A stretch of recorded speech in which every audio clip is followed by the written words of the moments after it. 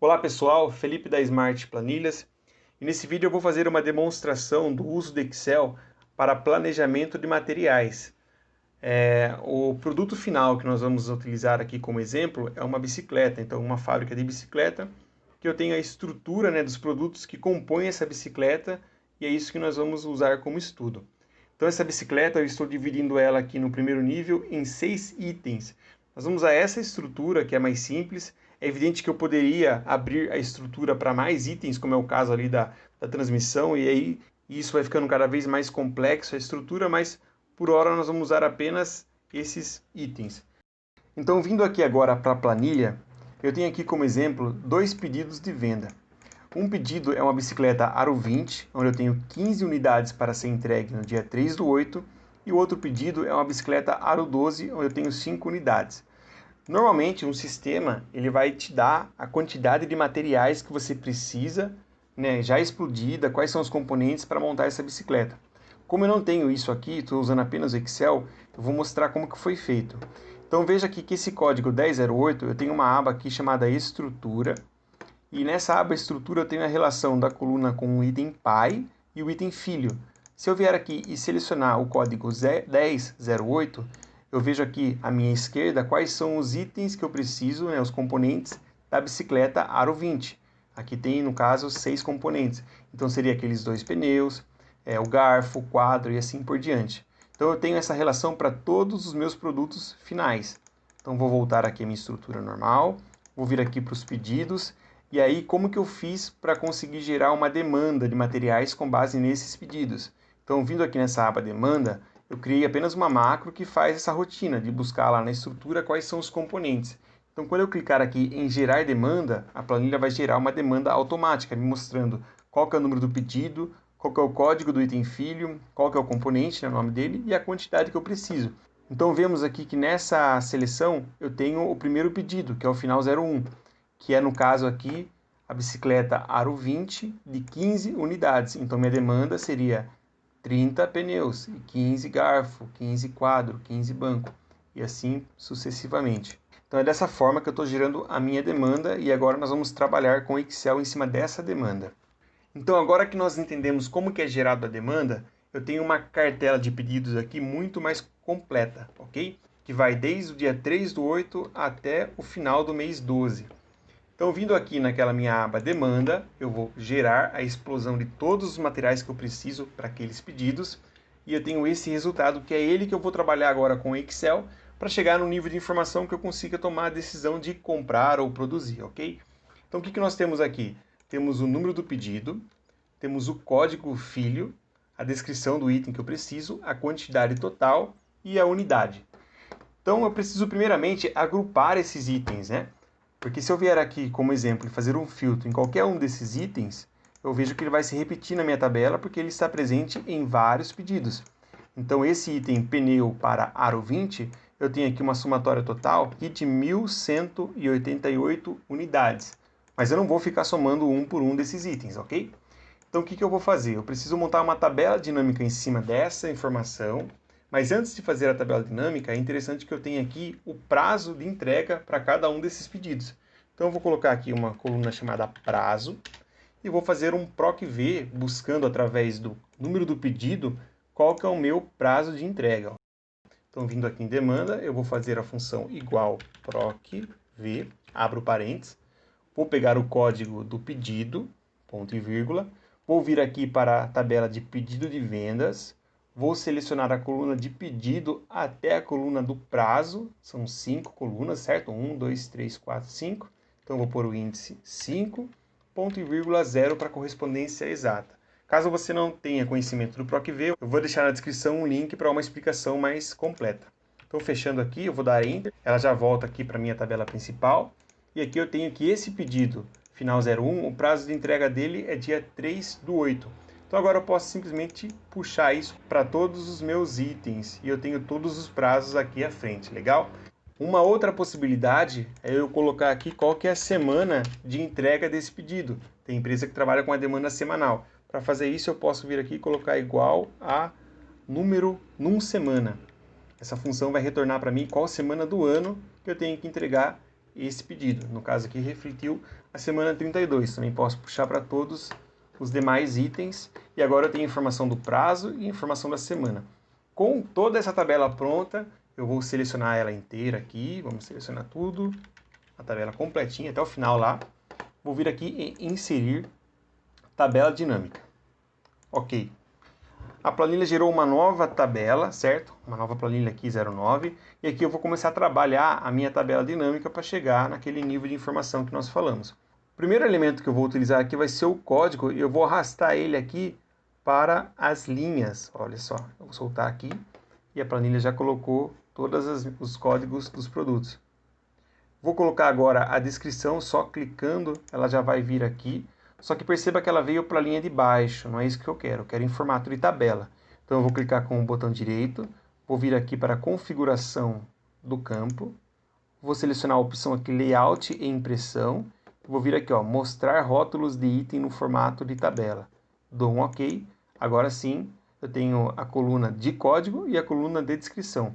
Esse subtotal também não me interessa, eu vou clicar com o direito sobre ele e vou vir aqui, ó, subtotal, ele está flaggado, eu vou tirar esse flag para que fique um formato de tabela mais simples possível, ok? Certo, temos então código e descrição, agora eu preciso saber a quantidade total.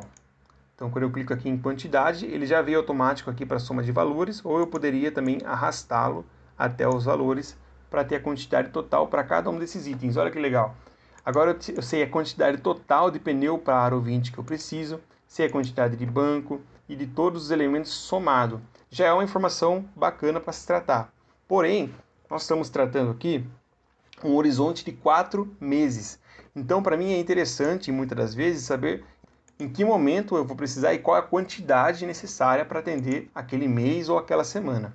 Então, se eu fosse fazer um planejamento semanal, eu poderia pegar então o campo semana e arrastá-lo aqui na parte de colunas. Então, a planilha vai abrir aqui, ó, todas as semanas, no caso da semana 32 até a 51, que é o meu horizonte de planejamento.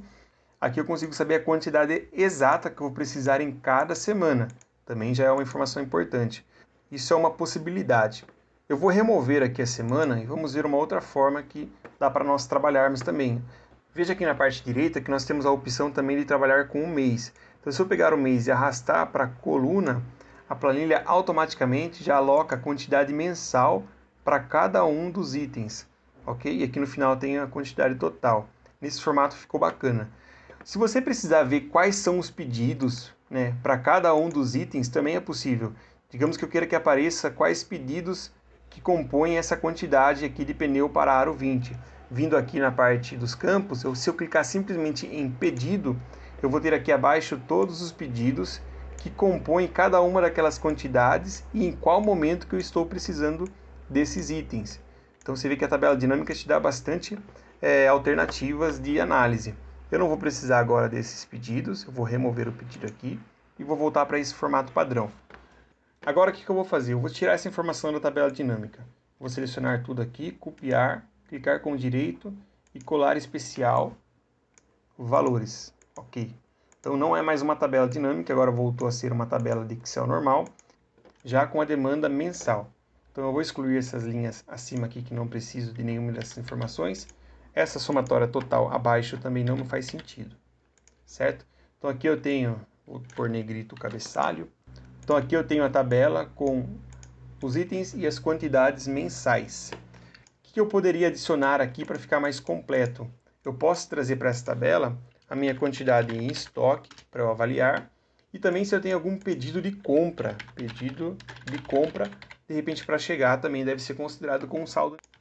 Então aqui dentro dessa planilha eu já importei um relatório com os meus saldos em estoque para cada um dos itens. Isso também você normalmente consegue tirar de algum sistema essa informação. Então eu quero que essa informação de estoque apareça lá na minha análise. Então como que eu vou fazer isso? Mais uma vez eu vou usar a função procv. Vou pegar agora o código do item que eu quero saber, ponto e vírgula. Venho para a tabela de estoque. Seleciono desde o primeiro campo até o campo onde está a informação com o saldo, que é a terceira coluna, então ponto e vírgula 3 e ponto e vírgula 0. Enter, eu já retornei aqui já o saldo em estoque para esse pneu para aro 20. Posso puxar essa informação para todos os itens. E aqui também eu tenho uma tabela com os pedidos que estão em aberto no departamento de compras. Também é uma informação importante. Então eu venho aqui, da mesma forma, faço o PROC-V, pego o código, ponto e vírgula, vou para a tabela de pedidos, faço a busca pela coluna 3, que é o saldo do pedido. E também aqui eu já tenho agora o meu saldo do pedido. Então, ok, tem aqui então o saldo em estoque e os pedidos de compra. Agora eu vou fazer a minha análise. A análise vai ser simples. Qual que é o meu saldo positivo? Estoque mais pedido de compra, menos a quantidade que eu preciso para atender toda a demanda. Então, eu vou fazer isso e vou arrastar até o fim. Então, aqui eu já consigo ver quais são os itens que estão negativos. Posso colocar aqui uma formatação condicional, né, selecionando o período, vindo aqui em formatação condicional, realçar célula que é menor do que 0, ok? Então, aqui eu tenho os itens que eu preciso fazer a compra para atender essa demanda de 4 meses. Uma outra forma de visualizar, que eu acho que é bastante interessante quando você faz o planejamento a curto prazo, é você saber até que ponto você está atendido, né? Por exemplo, esse pneu para aro 20. Eu tenho em estoque 539 e tenho mais 74 em pedido. Até que mês eu estou coberto com esses itens? Certo? É uma informação legal que também dá para nós fazermos. Como que eu posso fazer essa avaliação de forma automática? Eu posso selecionar aqui esse meu horizonte de planejamento, que vai de agosto a dezembro. Vou colar aqui à frente. E vou fazer uma conta bem simples. Eu vou pegar aqui os meus saldos positivos, que são estoque mais pedido de compra, e vou subtrair da necessidade que eu tenho aqui de 298 em agosto. Vou dar um Enter. Então aqui, em agosto, meu saldo é positivo.